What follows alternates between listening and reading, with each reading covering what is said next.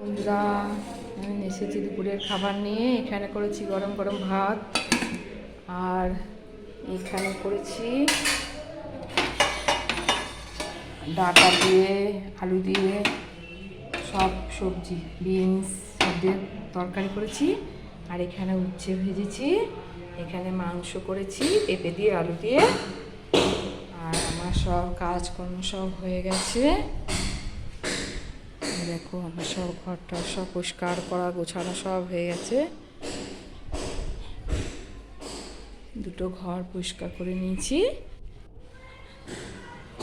সব কাজটা সেরে নিয়েছি।